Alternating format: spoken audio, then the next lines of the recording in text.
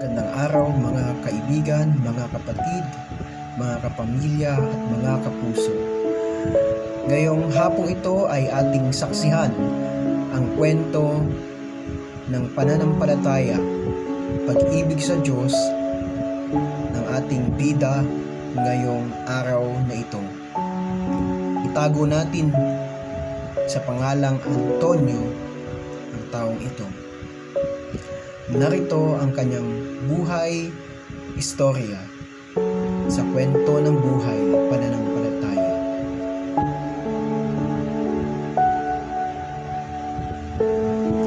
Si Antonio ay isang 50 taong gulang na ama, isang masigasig na Kristiyano at kilalang kilala sa kanilang maliit na komunidad dahil sa kanyang walang sawang pagtulong sa iba.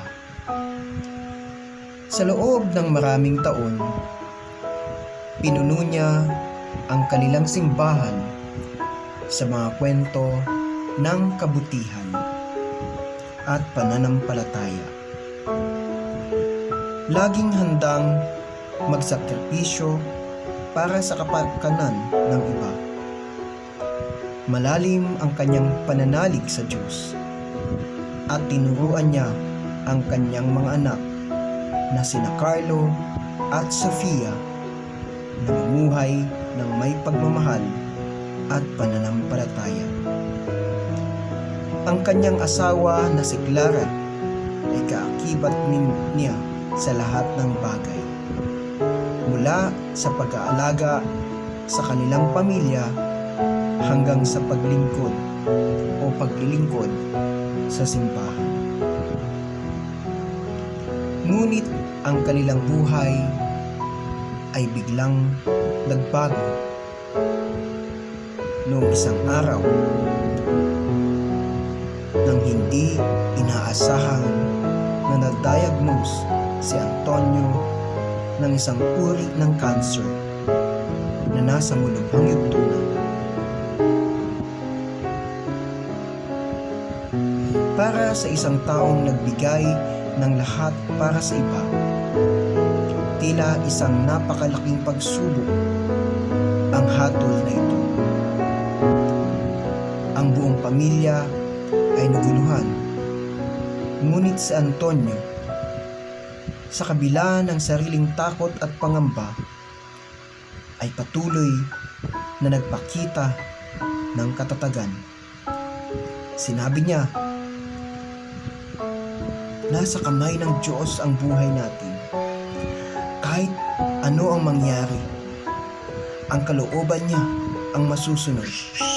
At ako ay laging magtitiwala." Sa mga unang buwan ng kanyang sakit, hindi pa lubos na nararamdaman ni Antonio ang epekto ng cancer. Kahit mahina siya, pilit pa rin niyang dumalo sa mga serbisyo o sa mga services ng simbahan, magbigay ng sermon at maging inspirasyon sa iba. Ngunit habang lumilipas ang mga linggo, ang cancer ay lalong nagiging matindi at unti-unti niyang nararamdaman ang kahinaan sa kanyang katawan. Dumaan siya sa matinding mga gamutan, chemotherapy, na nagdulot sa kanya ng labis na pagkapagod, pagkalagas ng buhok at pagkahina. Nakikita ni Clara at ng kanilang mga anak ang paghihirap pinagdadaanan niya, at madalas silang magdasal ng magkakasama para sa kalakasan at kaginhawaan. Isang gabi, habang nag-aagaw buhay si Antonio sa kama, Naramdaman niya ang matinding sakit na halos hindi na niya makayanan. Lumapit si Clara sa kanya, hawak ang kanyang kamay at bumuhlong ng dasal. Panginoon,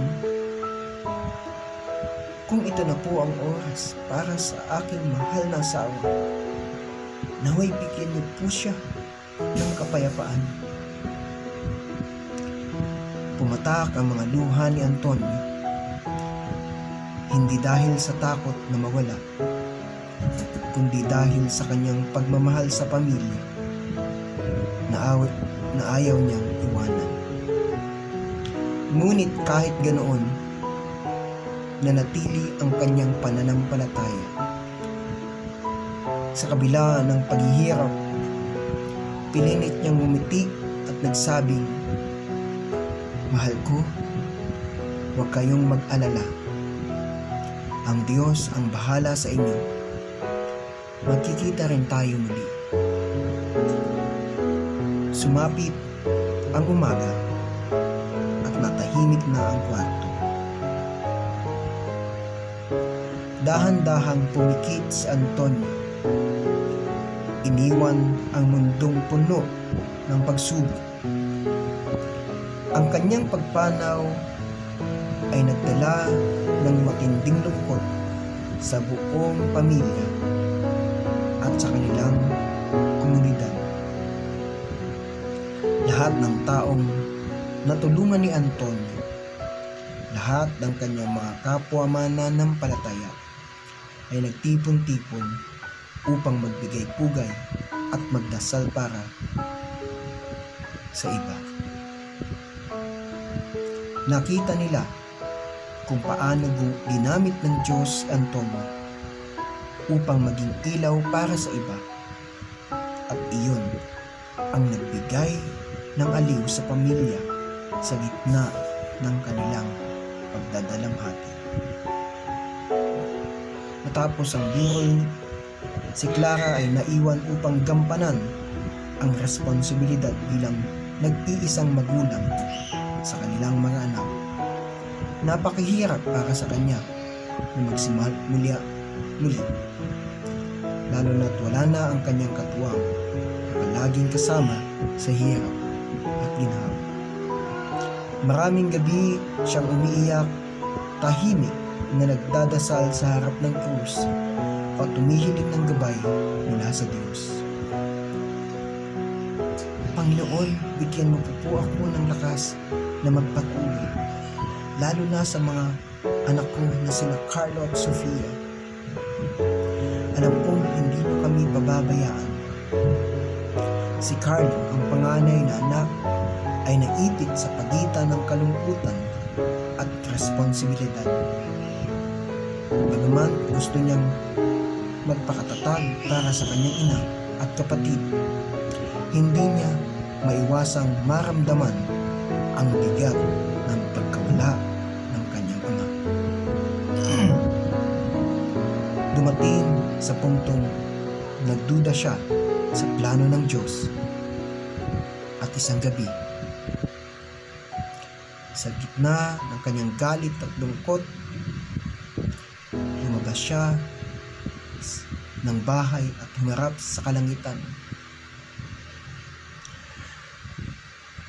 Panginoon, bakit po? Bakit kailangan kunin si Papa? Hindi ba sapat ang mga sakripisyong ginawa niya para sa lahat? Habang lumuluha si Carlo, lumapit sa kanya si Sofia, ang kanyang bunsong kapatid, na sa kabila ng kanyang batang edad ay tila may kakaibang pag-unawa sa nangyari. Hinawakan ni Sofia ang kamay ni Carlo at sinabi, "Kuya, sinabi ni Papa na kahit anong mangyari, kasama natin ng Diyos. Hindi natin naiintindihan ngayon, pero naniniwala ako na May dahilan si Papa kung bakit sinabi niyang huwag tayong mag-alala. Ang mga salitang iyon ng kanyang nakababatang kapatid ay tila naging isang ilaw sa madilim na bahagi ng puso ni Carlo. Napagtanto niya na ang pananampalataya ng kanilang ama ang dapat nilang pagtuloy ay sa buhay. Ang tiwala sa Diyos sa kabila ng lahat ng pagsubok.